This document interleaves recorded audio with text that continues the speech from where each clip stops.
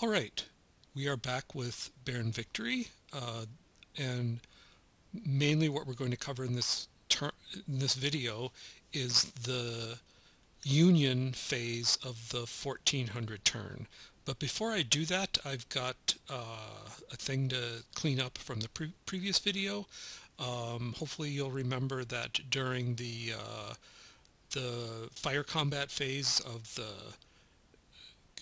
Confederate phase of the 1400 turn, the 5 points of 20th Corps artillery uh, uh, fired on Gregg's brigade and did 2 permanent losses and 1 straggler loss.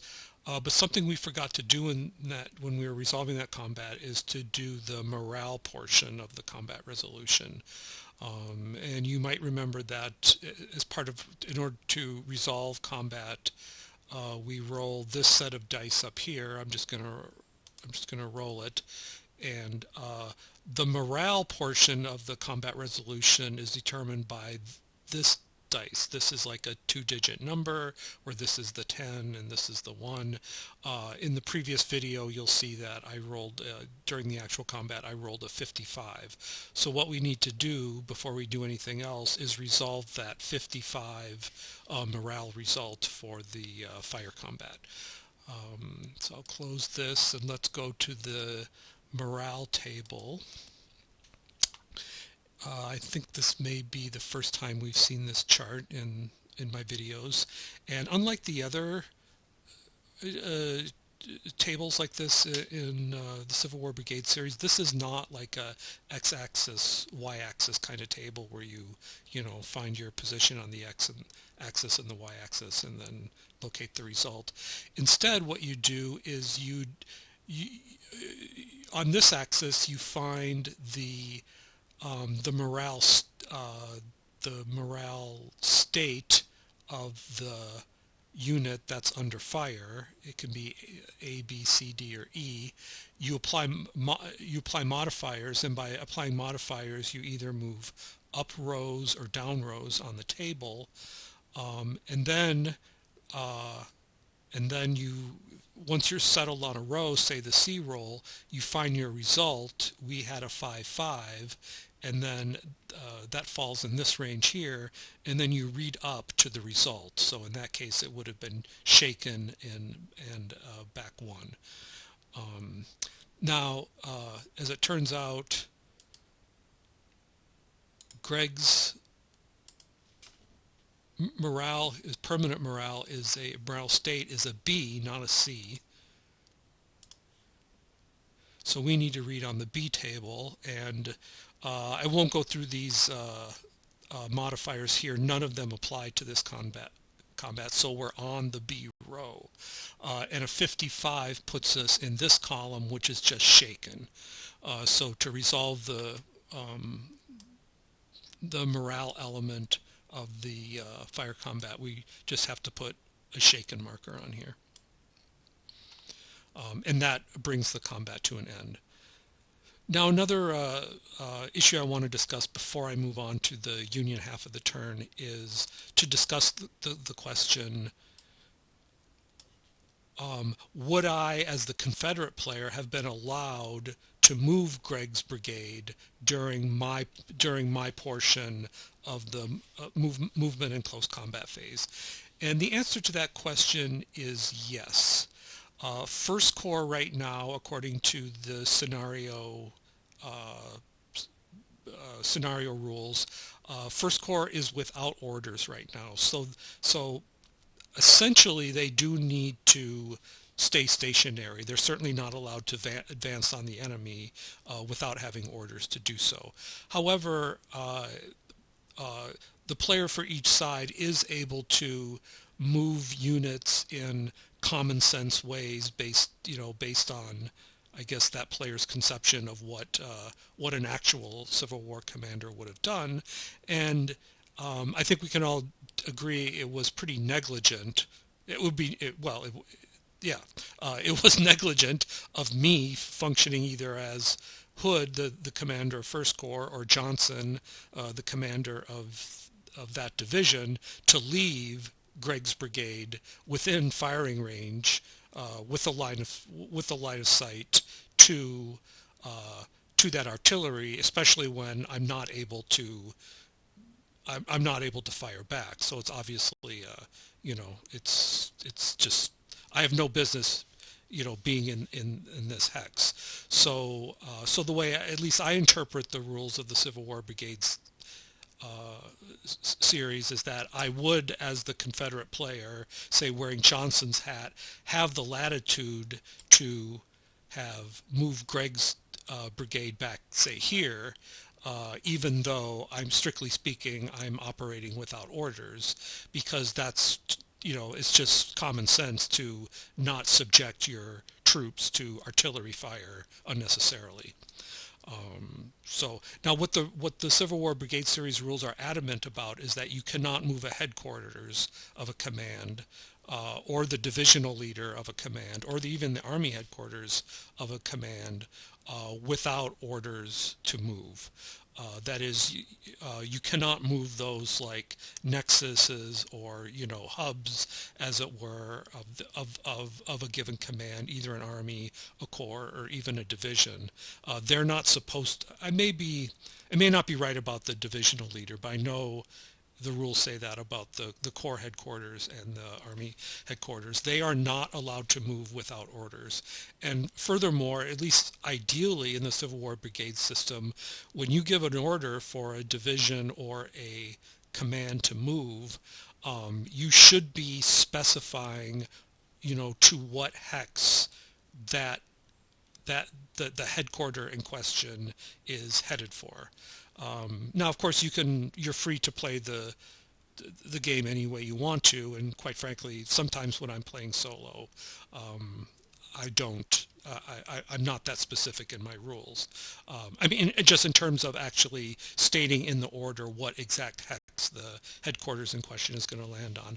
I am going to try to do that here, at least usually, just to, because I'm, in making the video, I want to try to follow the rules as closely as I can. Now, having said that, I'm going to immediately break a rule. This game does not allow for voluntary retreats, not that I can see in the rules. However, and again, I'm just using common sense here, and Dean Essig, the designer of the Civil War Brigade series, is, when you read his rule sets, he definitely, he says it often, is that, he does expect players to apply rules with common sense. I think it's just common sense that in this situation, Gregg's brigade would have retreated out of harm's way, even though he was not required to do so by the morale result. And so I am going to allow Gregg's brigade to retreat a hex and get out of the line of fire of the 20th Corps artillery here. And just as a reminder, the reason why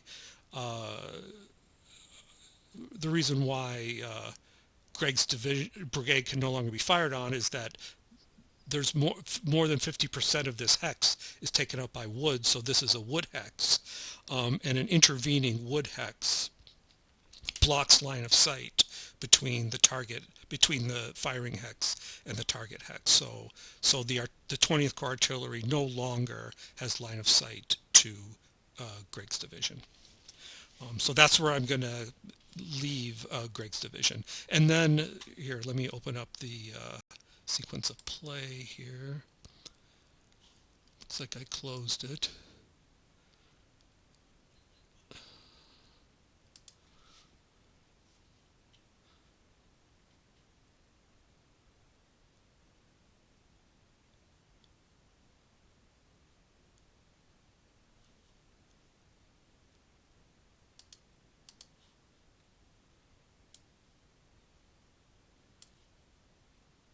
And then after the fire combat phase of the in the previous video, we did hit the rally phase.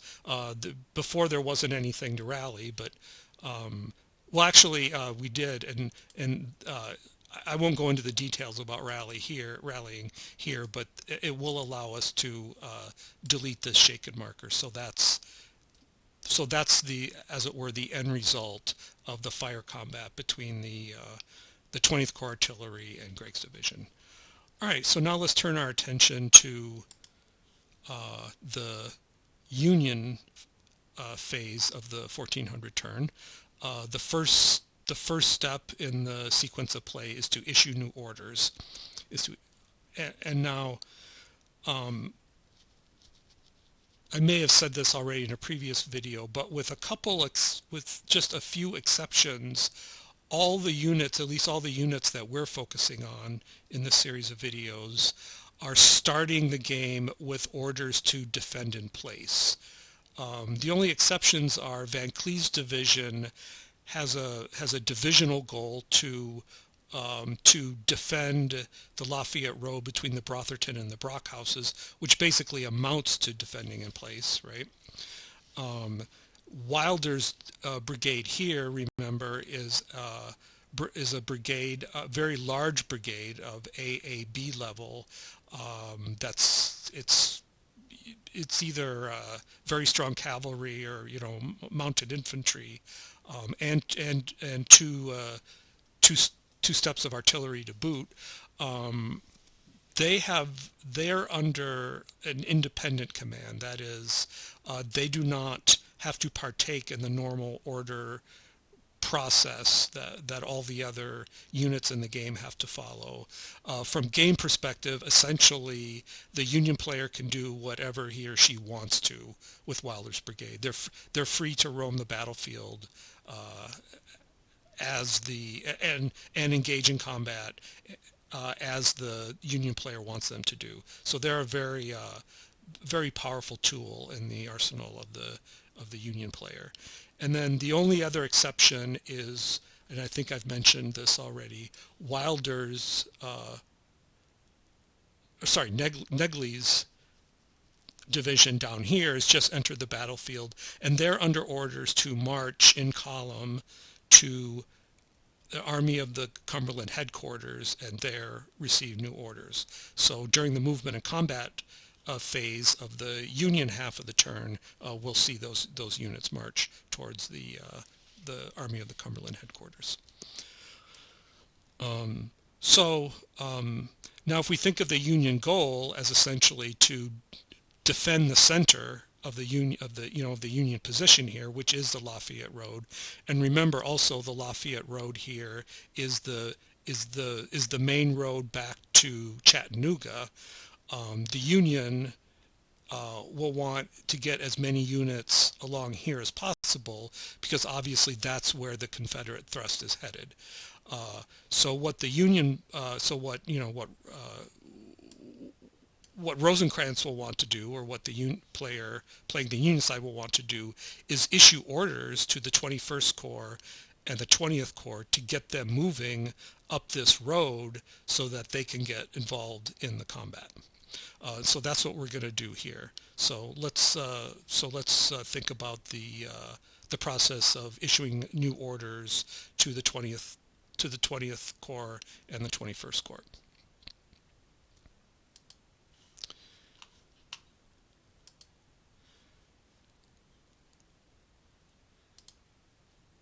The first thing we should look at is Rosecrans's command value is a 1, so that means whoops, that's the wrong table.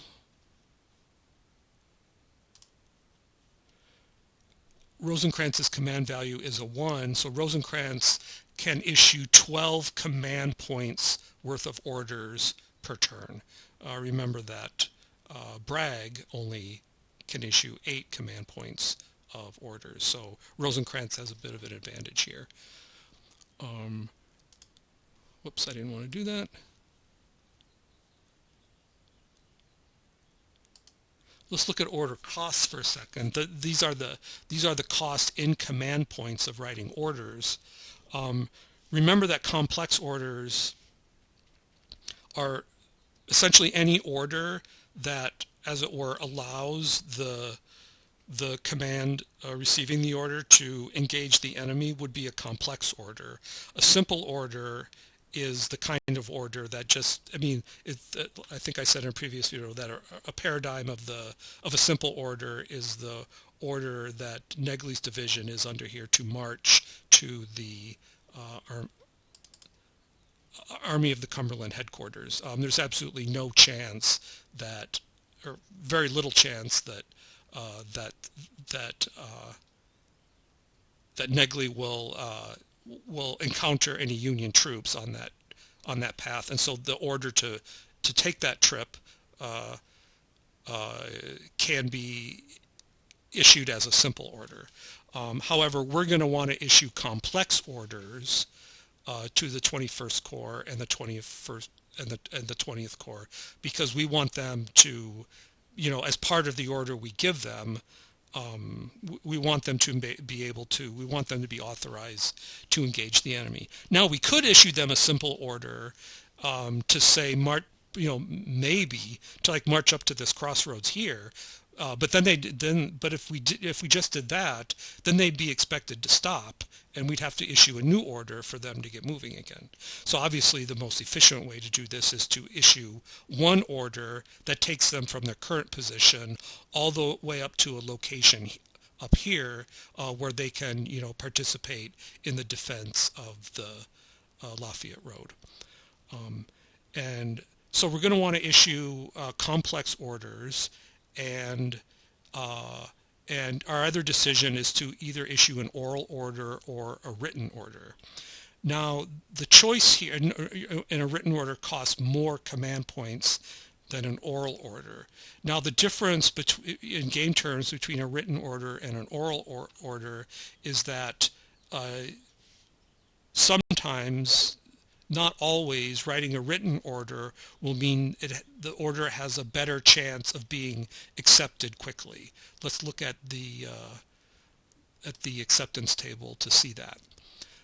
Now, what's going to happen when the orders that we issue arrive at either say 21st Corps headquarters is that we're going to roll on this table, and based on the column that we're on, is going to determine what happens to that order when it arrives at the headquarters. And for the order to be accepted as quickly as possible, you want to get on a column as far to the right as possible. And writing a written order can have the effect, it doesn't do it necessarily, it just depends on how the numbers play out, but it can have the effect of pushing you to a column that's farther on the right, and thereby increasing the chance that you'll get a good result when the order actually lands at the headquarters. So let's look at an order for to 21st Corps. Its leader,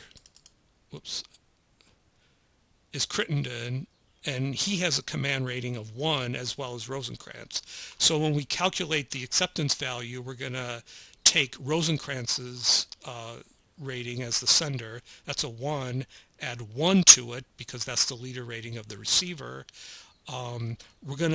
So that's 2. We're going to subtract 2 because it's a complex order. So far that puts us on the 0 column. Now if we write if we do an oral order, that puts us back to -1, and that actually pushes us farther to a farther left column. So if we want, the best we can do without issuing an in-person order, which I will show you how that works in the next video, the best we can do is to issue a written order to keep us on that 0 to 1 column. So essentially we have a choice here. We could write one order, a written complex order to the 21st Corps in Crittenden to start moving, or we could issue 2 oral orders, each costing 6 points, 3 plus 3, and that will get us 2 orders on this column. And I don't have a formula for, figuring out which is which. I've just sort of arbitrarily decided to, you know, to think of it in terms of, let's get someone up, try to get someone up there, at least one of these corps up here as quickly as possible. And so what I've decided to do is to issue a written order to Crittenden, and not to issue an order to 20th Corps. And again, the reason I can't issue an order to 20th Corps as well is because I don't have enough command points. I spent 8 of my 12 command points to write the written order to Crittenden, and I don't have enough points left over to send any kind of order to, except a simple order, but I'm not going to bother to do that. So I'm just not going to send an order to 20th Corps this turn. I'm just going to send an order to the 21st Corps. So let's pull up that's the Confederate order chart.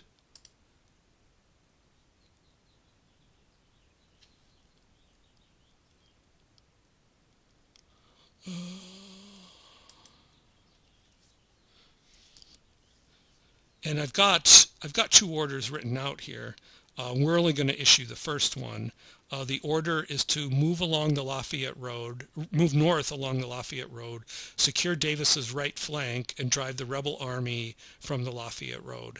Now, what I thought in thinking about that is that that's a relatively, just going up to Davis's right here is a relatively short distance for the 21st Corps to cover, and then hopefully they can get there soon, and then that will free up Wilder to move north and help in the defense up there. If, I'm just thinking as the Union leader, of course not knowing what the Confederate orders are, but that will free up Wilder to aid in the defense up north if the main axis of attack of the Confederates ends up being on the north half of the Lafayette Road of the part of the map that we're viewing here rather than the south half. So 21st Corps will play their role down here, and that will free Wilder to move up north if necessary. I think the rest of the chart is self-explanatory. It's being issued during the 1400 turn. It is going to arrive at the 1430 turn because if you count the officer or aide or leader movement points between the Army of the Cumberland headquarters and 21st Corps headquarters, it's less than 10 points. So you round up to 10, divide by 10, that's 1 turn. And so it'll take 1 turn for the orders to arrive at 21st Corps headquarters. So I've put 1430 as the arrival time. And then during the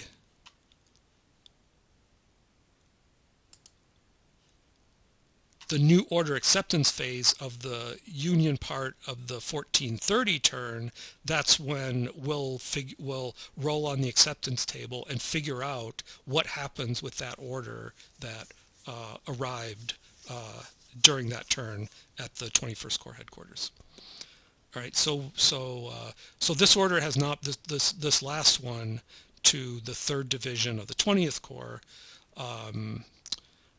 or to the 20th Corps as an entirety, I should say, has not been written yet. It won't be issued until 1430, but this one has been issued and is moving on the battlefield.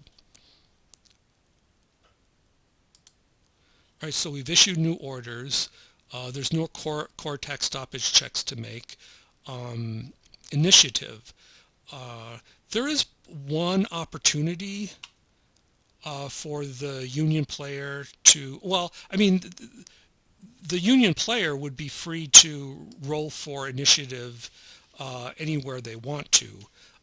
Not much is happening right now, so there's really not a lot of reason for, Van Cleve or for Davis to roll for initiative. They've got orders to defend in place, and, that's what they should be doing. They should be trying to defend the center of the Union position. However, there's one exception here. Reynolds only has one brigade from his division in this hex. The other brigade in Reynolds' division is Turkin's division or brigade all the way up here. And so I did say, at the start of the scenario that I'm not going to play with these units, but just to illustrate how initiative works early on in the videos, I am going to allow Reynolds to roll for initiative to issue an order to Turkin to move south and join him here to help defend the Lafayette Road. Now, Reynolds can only, just assuming that Reynolds were to get initiative, he can only get an order to Turkin if Turkin is within his command radius.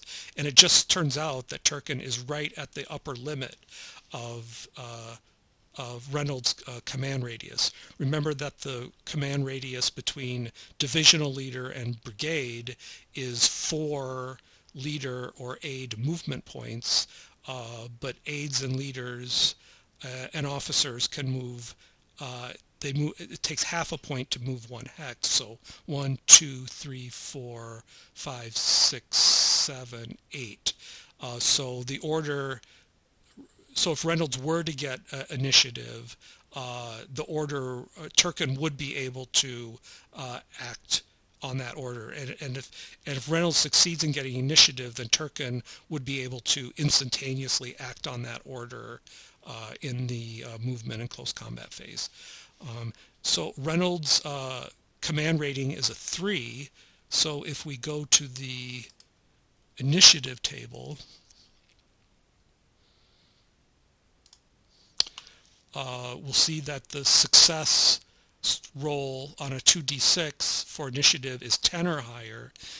But there's also a chance if we roll a 2, if we roll a 2, then a loose cannon, then Reynolds would issue to himself a loose cannon order, and that order would be something chosen by the Confederate player. It's a kind of like Dan Sickles-like order where you do perhaps the thing that the enemy wants you to do the most. So let's roll for initiative. Here's our 2d6 up here. And we rolled a 7. So Reynolds was not able to get initiative. 10 or higher was required, but obviously it's not a loose cannon roll either. So Reynolds was not able to get initiative to bring Turkin's brigade back down here.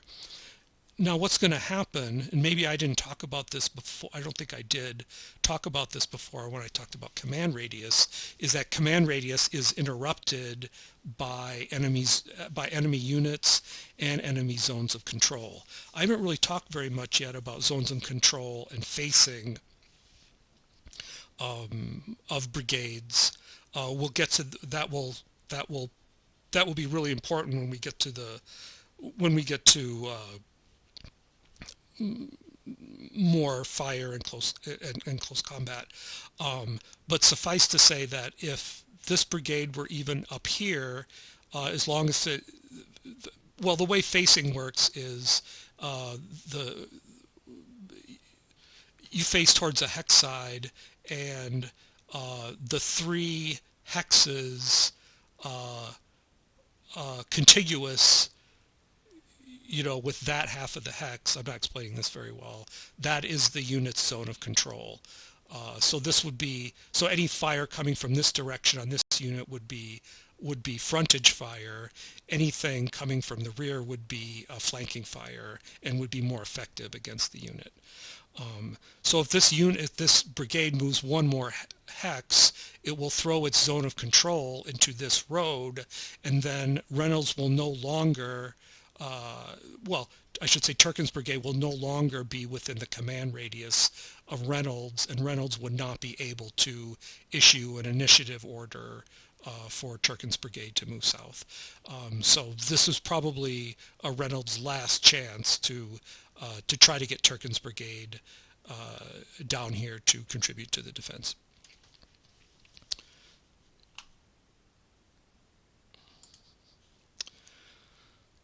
Delay reduction. We don't have any orders that are already arrived yet to to deal with, so there's nothing to do here, and no orders arrive this turn for the Union, so there's nothing to do there. So now we move to the movement and close combat phase for the Union. There's no straggler recovery markers to place, so now we move to the movement and close combat phase. Now, as I mentioned earlier in the video, most of the Union units have orders to defend in place. So generally speaking, they're not going to be moving anywhere. They're going to defend where they are. We will want to get Negley's division moving, and notice I've got the brigades and the 3 brigades in Negley's division flipped onto their column side. They enter the game in column. And the only relevant difference here between movement in line and movement in column is that units or brigades in line don't get to use the road benefit. They spend 1 movement point per road, whereas a unit in column spends half a movement point for a road, like leaders do. Now, in the Civil War Brigade series, there's an optional rule, but the designer Dean Essig says he definitely recommends using the rule, is that when you have brigades marching in column, is that only B level of strength are allowed to occupy a given hex when a brigade is on the march. So what we're going to do to represent that, since all of these are AB strength, is we're going to march the first one. It has 6 movement points, so it can go 12 hexes. 4, 6, 8, 10, 12. And then what we're going to imagine is there's actually like B amount here, B amount here, and B amount here. We could put strength markers here to indicate that if we wanted to, just to avoid clutter. I'm not going to do that. The artillery can move along here, as well as the leader, so we'll keep them all in front. And then we'll put this brigade here. So B, B, B, B, B, B, and we'll put this brigade here. And that's Negley's march movement towards the Army of the Cumberland headquarters. Another unit that we can move is Wilder's brigade. Now, of course, in playing solo, you have to be careful not to move a unit like this, taking into consideration the orders that you, the solo player, know the Confederate player has issued. You have to approach this from the mindset, as it were, of Rosecrans and Wilder, the brigade leader. And I think it's reasonable for Wilder, the brigade leader, to think, well, I don't know where the axis of attack, the main attack, is going to fall on the Lafayette Road. It could be down south here. It could be north here. I hear reports and I hear noises, and I think something is brewing out there in the woods, but I don't know exactly what's happening. So the best thing for me to do is maybe to just position myself on the road, kind of around the middle of the Lafayette Road, so that I can either participate in the defense south, on the southern half of the road, or the northern half as required. Excuse me. So I think it would make sense for Wilder's brigade to move. And I should be careful about this because there's artillery here. So I'll move Wilder's brigade 1, 2, 3. It costs an extra point for. This is the unmounted. This side of the Wilder counter is the unmounted side. If we flip it, that's the mounted side. So it's on the it's in line right now, and the strength markers go along. Now, when we move artillery, I haven't really talked much about moving artillery. The artillery here is on its unlimbered side. That's its firing position. Let's look at the terrain effects chart, which is our movement chart. uh, it takes unlimbered artillery 3 to change formation to limbered and vice versa. And they get 7 movement points total. Either well, I mean, it says 7, but unlimbered artillery can't move until it limbers. Um, so essentially what happens when artillery limbers is that it spends 3 of its 7 movement points and leaves 4 left. Um, so what, and then limbered artillery takes 1 movement point to enter a clear hex, half to move along a road, plus 1 to cross a stream. That's what we need to focus on here. So what we're going to do is we're going to flip it. That's limbering. So that's 3 movement points, 4 movement points, and then it's going to be 5, 6 movement points, 1 for the hex, 1 for the stream, to move into the hex alongside of along with the brigade. But however, it's only got 1 movement point left, so it cannot unlimber and put itself back into firing position. It's going to stay limbered at the end of this turn. And just to kind of just keep things uniform, I'm now going to just reorder the units here. I'll talk more down the road about how stacking works in terms of combat, and you know, it is important which unit is on the top of the stack, but I don't propose to talk about that here. So I'm going to try to I'll put the artillery at the bottom of the stack for now, and then I'll grab the brigade and put them at the top.